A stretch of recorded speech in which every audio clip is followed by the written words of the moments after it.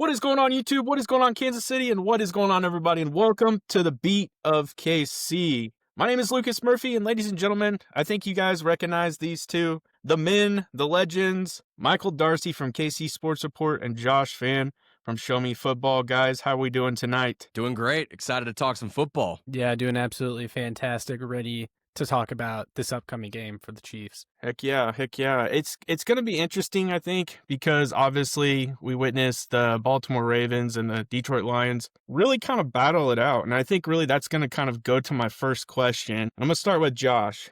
Josh, obviously we saw these two teams really kind of, put a lot of effort into this football game. Both of them really kind of were fighting hard for this win. And there's a lot of energy, and football obviously takes a lot out of you anyways. Really kind of it's going to be a shorter week, I think, for them. Obviously, they're losing a day, and they have to travel to Kansas City. Do you think any of that really impacts the Ravens as they come to Arrowhead? I'd say no. I think they'll be ready to compete. I think this is a team that, would you have believed it if I told you before the season started that the Ravens would be 1-2 to start the season? Probably not. That's a team with a lot of talent. They're kind of having similar issues to the Chiefs right now, though, where they're just not executing at the level that they're expected to. But I just really don't see that affecting them. I think you're going to get a Ravens team that is playing as if their backs are against the wall, because they are, and they're trying to stave off 1-3, as are the Kansas City Chiefs. So that's why I think it's going to make for a really interesting game. For sure. Now, Michael, I'm going to ask you this question because I saw some stats on the Ravens. They have the number one scoring and really efficient offense, but vice versa, their defense is, I think, 31st in the NFL. They seem to really be struggling on the defensive side of the football. Now, how do you think, just kind of comparing those two things, matching up against the Kansas City Chiefs team that struggles to run the football and has really kind of just not clicked on offense, but our defense has actually been playing pretty solid. So how do you think they match up when it comes to the Kansas City Chiefs? I wish I could sit here and be super confident about the Chiefs going into this game. Josh and I have talked about it, is that the Chiefs haven't taken advantage of bad defenses. And so, yeah, the Ravens defense, it sucks. They got blasted by Buffalo. They got blasted by the Lions at home. But do you think the Chiefs offense can go out there and score 30 points against this defense? I don't think they can. So I think Baltimore's offense definitely has an advantage, even if they only score 25. The magic number seems to be 25 points. And I think I'm much more confident in Baltimore's offense scoring 25 points than I am the Chiefs' offense. For sure. For whatever reason, I was thinking even about putting on my Twitter page, like, the optimist of Kansas City sports, because for whatever reason, obviously I was like everybody in Kansas City watching that first half of the football game against the Chiefs and the Giants. And I'm sitting there thinking to myself, and I even tweeted out, I feel like I'm watching two JV football teams going out there and make mental mistakes. They have no idea what they're doing on the field, and it just seemed utterly just chaos. It really did. There was just so much chaos going on. And then it's like they went into halftime. I'd be curious to see how that halftime kind of discussion went, because they came out, they were like a completely different football team. It's crazy to me. To me, going into this game, there's so much motivation. You have two teams that are 1-2. This is almost like a dire game for both teams, because it really is going to impact their season. Either way, whoever wins, it's going to project them in a better direction. If they lose, you're 1-3, and your chances of even making a statement starts to diminish. So, Josh, I guess my question to you is really, like, these teams are going to be battling it out. It's going to be a heck of a football game, in my opinion. I don't think you're going to see one side blow out the other. To me, that's just not going to happen. I guess, really, if you had to highlight one area that you're going to focus on for the Kansas City Chiefs, I guess, what area do you really think that they're going to need to focus on in order to win this football game? Well, I think right now the defensive side of the football is the area that we can trust for the Chiefs, and it's going to be at home. So, I trust that the Chiefs defense is going to show up. The concern is the offense. Now, if there's one area for them to exploit in this game, if you want to come out with the victory, It's going to be running the football, guys. We've talked about it. It's been a big talking point for this Chiefs team since the season began. You know, Isaiah Pacheco looked better. I mean, he averaged 4.5 yards per carry against the Giants. He looked better running the football. I don't know what he was doing in the backfield half the time, but that's another discussion. But he looked better, right? And so you're just going to have to build off of that. And I don't even think his performance was that impressive, but we got to take the small victories at this point when it comes to the Chiefs running game and the offense. But also, I think it's time that we see more of Brashard Smith. You saw a little glimpse of him against the New York Giants, and even though his touches that he had weren't really carries, he showed the juice, and he gives you just a little bit more than I think what you have there.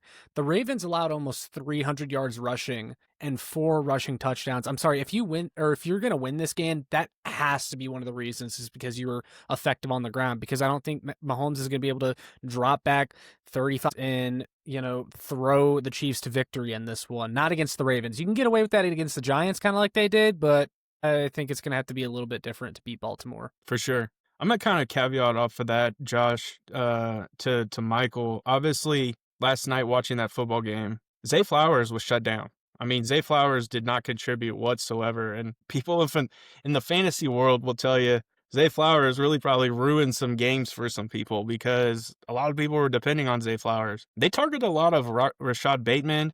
They went after Mark Andrews. I guess, obviously, Brian Cook's kind of dealing with some injury. We'll see how that kind of continues through the week, but I guess my question to you, Michael, is do you fear, or are you worried at all about this receiving core for the Ravens, or is it more Lamar Jackson making plays happen to then allow these receivers to create plays? I don't want to say that I'm scared of the receivers. I don't think that.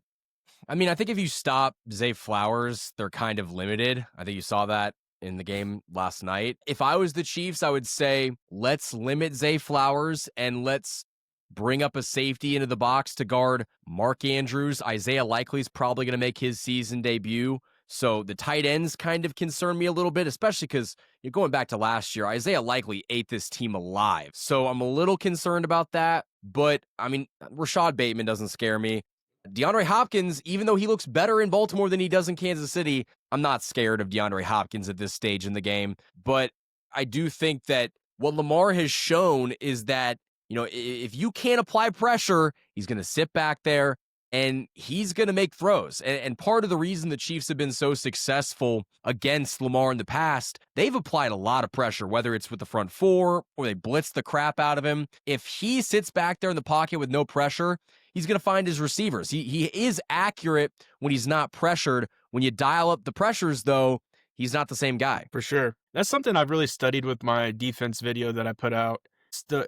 It's the Chiefs and how they really kind of get after the quarterback. That's something that I'm kind of concerned with, is, yet again, are we going to be able to apply pressure to a Lamar Jackson, force him out of the pocket, and really kind of just wondering how they're going to manage that. It seems like, when it's an important game, we kind of step up in those scenarios. This is an important game. Josh, I'm going to ask you, obviously we've seen Derrick Henry fumble a few times. It's been pretty costly in a few games for sure. Yeah. So my question obviously is, and my concern is that we're going to treat this potentially similar to how we treated the Chargers. We know Harbaugh likes to run the football. We know that was their game plan coming in. And it's like they flipped the script on us and they just decided, hey, we're going to throw the rock.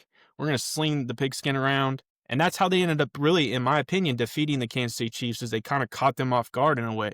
I guess so my question to you is we know Derrick Henry is a beast. He runs the football with an aggression. Right. Do you think that we're going to over-prepare in the run game and we're going to allow Lamar Jackson to maybe manage the game? I don't think so. I think Steve Spagnuolo respects Lamar as a passer. Maybe he shouldn't, but I think he does. And I think the game plan will be a lot more well-rounded. And also, I think it wasn't even just necessarily the game plan in week one. It's just that I think the secondary just didn't know what they were doing. And we've seen that a few times with Steve Spagnuolo defenses, where for the first few weeks of the season, they don't know where to be lined up even. And it just takes them a while. And we know we have a lot of new guys in that secondary and a lot of guys stepping into new roles this year. We've seen since that Chargers game that they've all looked a lot better. And I said it in week one when we all did our shows after. I think they had the talent in the secondary. And that I think I've been vindicated on that because Noel Williams has been really, really good the past couple of weeks. I thought Brian Cook played maybe his best game of his career against the Giants. Like these guys are really coming on, and I trust them to, stand up to the challenge versus the Baltimore Ravens. I think this team, I think if you go back and look at the numbers, the last like 3 or 4 times we faced Derrick Henry, like we've stopped him like every single time. Like Spags kind of has Derrick Henry's number at this point, and I don't really expect that to change, especially not with this game being at Arrowhead. For sure. So my final question, and obviously I'm going to sling this one to Darcy. I think a lot of people are not optimistic. I've gone through a lot of social media. A lot of people are obviously picking the Ravens. I'm going to kind of flip the script on you, and I'm going to force you to pick a Kansas City Chiefs win. And so in order for the Kansas City Chiefs to win, what has to happen? Their offense has to score more than 25 points. They can't, well, at least more than 24 points or on that number. Defensively, they have to keep the Ravens offense in check. They have to keep Lamar Jackson in the pocket, apply pressure. I think they're going to have to force a turnover or two. They're going to have to win the turnover battle, and you're going to have to be the smarter football team and make fewer mental mistakes. I mean, that's kind of been the Chiefs' MO, is they capitalize on other teams' mental mistakes. They've been the team that's made those mistakes this season, and it's why they're 1-2.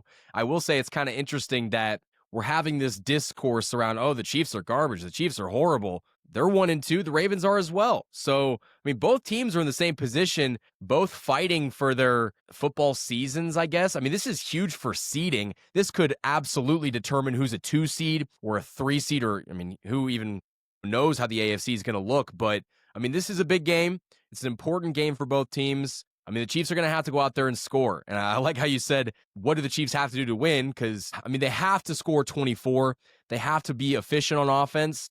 But Lucas, I mean, I don't feel as confident going into this game as you do. I'm going to be very honest. I think at the end of the day, you got to see your team do it before you can say they're going to do it. We've been talking about them doing this and that and that. They haven't done any of it. For sure. I think for me, and I'll obviously pass it off to Josh. I'm going to take it a little more granular for you, Josh. But I think for me, the reason why I keep this optimism is the fact that we've kind of gone through these waves and phases where it's almost like you need more from this team. You need that. We got a taste of what a well-rounded, just absolute dominating force was with Patrick Mahomes early on in his starting career. And now we've kind of seen, like last year, how many times did we win by one possession, it felt like, or just minimal points. I mean, heck, we blocked field goals. Situations happen where we just came through. I mean, I go immediately back to that Christmas Day game against the Raiders and where we were at during that time. And like the negativity surrounding this team was just like, man, are they ever going to get out of this funk? And then we just ran off win after win after win. The hardest thing for me is looking at this schedule. The schedule is definitely going to be challenging. There's not an easy game on this schedule. When you see teams like Cleveland go beat the Packers, like to me, that right there, that alone should tell you that any given Sunday, or with how the NFL is, any given day of the week, because they play every day of the week, it feels like. But yeah, I think my optimism is just because we have the stuff in place. It's just not clicking right now. And I think you saw that with Travis Kelce and Patrick Mahomes on that quick curl route. It's like Kelce was just nervous. He kept kind of shuffling, and Mahomes just missed him. And then he goes over and Andy Reid bumps him on the sideline. And it's like, dude, you're preaching to all these players and you're trying to hold them accountable. It's time to hold yourself accountable. And I think some switches are starting to flip. And I think this is the game where they're going to do that. And that's why I think I have that optimism. Josh, I'm going to pan to you. I'm going to make this a little bit more granular. Obviously, Darcy covered that pretty perfectly. So my question to you, Josh, is what player are you specifically looking at that is going to win this game for the Chiefs, and it can't be Patrick Mahomes? That's a great question. I'm going to go with the second easiest answer, and I'm going to say Chris Jones, because I think if you're going to beat the Ravens, the pass rush has to come alive in this one, because if you watched Detroit Lions versus Baltimore Ravens on Monday Night Football, Lamar Jackson was able to move the ball really well in that game, except for when the Lions got pressure, which is a lot, and that's kind of why they won that game. They were able to kill enough drives. Lamar just was getting sacked every time he dropped back there. I don't expect the Chiefs to sack Lamar Jackson 7 times, the same way the Lions did, but it's time for the pass rush to do something. Because if they don't, Lamar can sit back there and dice you up, because any quarterback will if you're not getting pressure on them. And I think this is a matchup where it can be a get-right game for the pass rush. I'm glad you answered that because it's literally like you set me up for what I was going to answer. So thank you for that. One of the things we've talked about multiple times, you even mentioned in our chat group, the recognition of how George Karlaftis peels out and his pass rush tends to take him out and then he comes back in. I've started kind of noticing that a lot with a lot of our pass rush. We get wide and then it's like we kind of funnel back in and we're kind of collapsing on the pocket. To me, that is the perfect scenario for Lamar Jackson because what you're doing is you're then forcing him to step up in the pocket to then feed right into a Chris Jones, right? Because he likes to run around. He likes to be shifty. He likes to kind of not necessarily feel the pocket, but I mean, that's what he's doing. He's feeling it kind of where it's going. If we're almost containing him with those wide rushes, I feel like you're going to contain Lamar a lot better than a lot of people anticipate. And that could just be me, but I just kind of feel that's how it's going to happen because you're forcing those tackles to go wide too. Yeah, he's probably going to have some lanes with the guards. And then that's where it's going to come down to like a Nick Bolton, a Leo Chenal, those types of guys. Drew Tranquil to have to spy up or whoever they choose to do that. But Leo's pretty solid at the spy, in my opinion. So I really believe that there's a good chance that we contain Lamar. And contain, I think how I'm using that word is I do expect him to still get some. I don't expect us to completely eliminate Lamar Jackson because that's just impossible. But I do think you're going to contain him to a degree where you're going to have to force him to respond by throwing the football. And so I'll be interested to see if that's actually how this plays out. My final thing before we wrap this video up, I'm going to pick one player, and I'm probably going to get absolutely blasted for picking this player.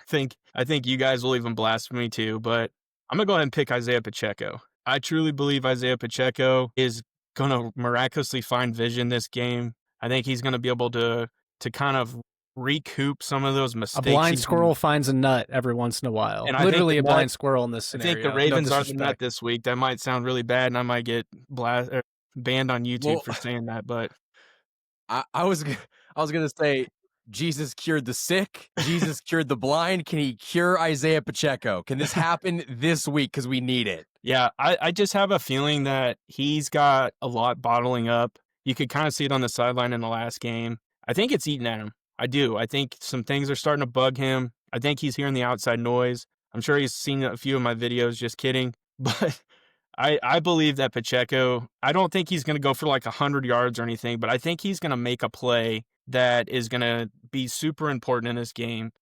I think he's going to finally we're going to see him, like everybody always said, he puts his feet to the ground and he runs. I think you'll see that a few times in this game. And I think Pacheco's going to have a breakout. I do. I just have this weird feeling. But that is going to be this video, guys. I appreciate everyone checking this out. Let me know down in the comment section a player that you're identifying or a group that you're going to be focusing on. A lot of people, I think, will pick the offense just because of the way the offense has been functioning lately. Let me know down in the comment section who you're identifying and you want to see excel and how we're going to win this football game. I think there's a lot of negative thoughts out there. Let's make it positive. Let's be optimistic. And that's kind of how we run this channel for sure. We end every video with guests to make sure that you know where to find them. That's just how we do it. So Josh, where can people find you? You can find me here on YouTube. Channel name is Show Me Football. Check out my work on showmefootball.com. And last but not least, follow the Twitter at ShowMeFB. And Darcy. You guys can find me on YouTube at KC Sports Report and listen to The Night Shift on Sports Radio 810 WHB Wednesdays at 9 p.m. Heck yeah. Well, I appreciate you guys coming on as always.